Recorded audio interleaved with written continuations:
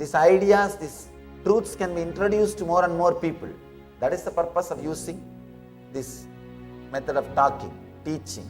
Otherwise, simple breathing, simple being will inspire millions. I have seen my own predecessor, Raman Maharishi, a great master from my hometown. He never moved out of that small city. He lived and he inspired millions of people. He continues to inspire millions of people. Living enlightenment, when you are radiating Jivan Mukti, suddenly, not only you are living the truth, you are just radiating. Everybody is inspired, sharing. Extraordinary expression happens to you.